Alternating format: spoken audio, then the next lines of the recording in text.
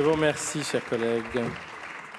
La parole est maintenant à Madame Cécile Untermaier pour le groupe socialiste et apparenté, une durée de 5 minutes. Monsieur le Président, bonjour. Monsieur le Président, Madame la Ministre, Monsieur le rapporteur, mes chers collègues, le Grenelle des violences conjugales, organisé par le gouvernement le 3 septembre 2019, a été, à mon avis, un moyen supplémentaire de sensibiliser l'ensemble de la société à cette situation des violences intrafamiliales. Violences inouïes, puisque 148 personnes sont décédées sous le coup de leur partenaire ou ex-partenaire de vie en 2018, 121 femmes et 28 hommes. Ces violences sont à mettre en lien avec la question de l'égalité femmes-hommes.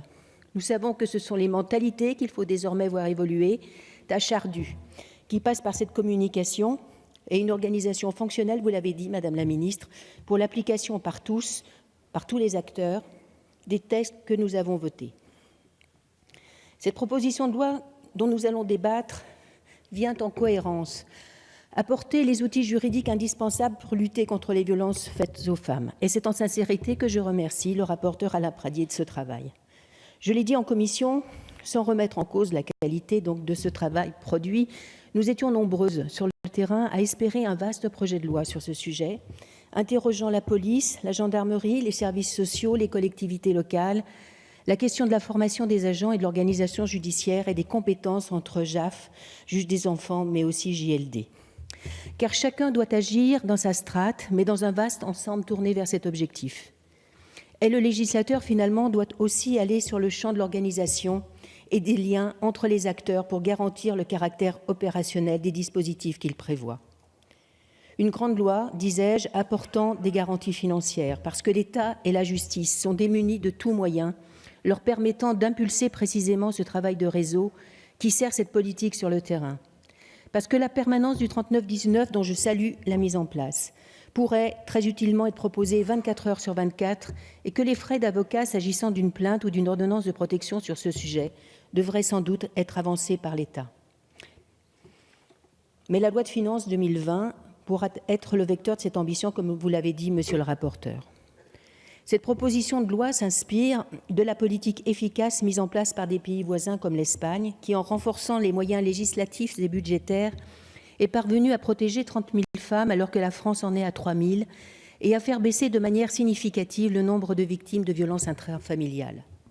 Vous avez placé, monsieur le rapporteur, l'ordonnance de protection au cœur du dispositif et proposé ainsi, en toute logique et pertinence, s'agissant d'une procédure de référé, de ramener à 6 jours le délai dans lequel l'ordonnance peut être prise. Vous proposez que le juge examine dans ce cadre l'ensemble des points qui concourent à une réelle protection de la victime. Ce sont des éléments essentiels que nous soutiendrons. L'ordonnance est la voie civile qui permet à la victime d'aller vers le JAF, le juge des affaires familiales, avec des éléments de preuve, mais sans avoir nécessairement déposé plainte auparavant. Dans mon département, les ordonnances de protection se comptent sur les doigts de la main sur une dizaine d'années. C'est un dispositif en désuétude. Des magistrats me disent d'ailleurs que c'est par la voie du dépôt de plainte que les victimes doivent être entendues et aidées dans leur démarche. La voie civile doit donc être revisitée et ces dispositions contribueront à conforter la pertinence de l'ordonnance de protection. Les associations sur le terrain qui hébergent des femmes victimes de violences le demandent, que l'ordonnance de protection soit enfin un dispositif connu de tous et donc dissuasif peut-être, qu'elle soit renforcée dans son efficacité en ne laissant rien de côté qui puisse fragiliser la victime est une caractéristique indispensable et l'introduction du bracelet électronique anti-rapprochement dans la liste des mesures que doit interroger le JAF n'est un pas, me semble-t-il, majeur pour crédibiliser l'ordonnance de protection. La généralisation du bracelet électronique anti-rapprochement dans les procédures pénales, tant au stade de la comparution immédiate du contrôle judiciaire que de la condamnation pour violence conjugale, est attendue par la quasi-totalité des acteurs confrontés à ces situations aussi graves que complexes. Nous allons débattre de ce texte en responsabilité, en sachant que les victimes et les acteurs qui les soutiennent ont besoin de règles simples, claires et efficaces. Celles qui sont ainsi proposées répondent à cette exigence et notre groupe votera cette proposition de loi. Je vous remercie, Madame Untermaier.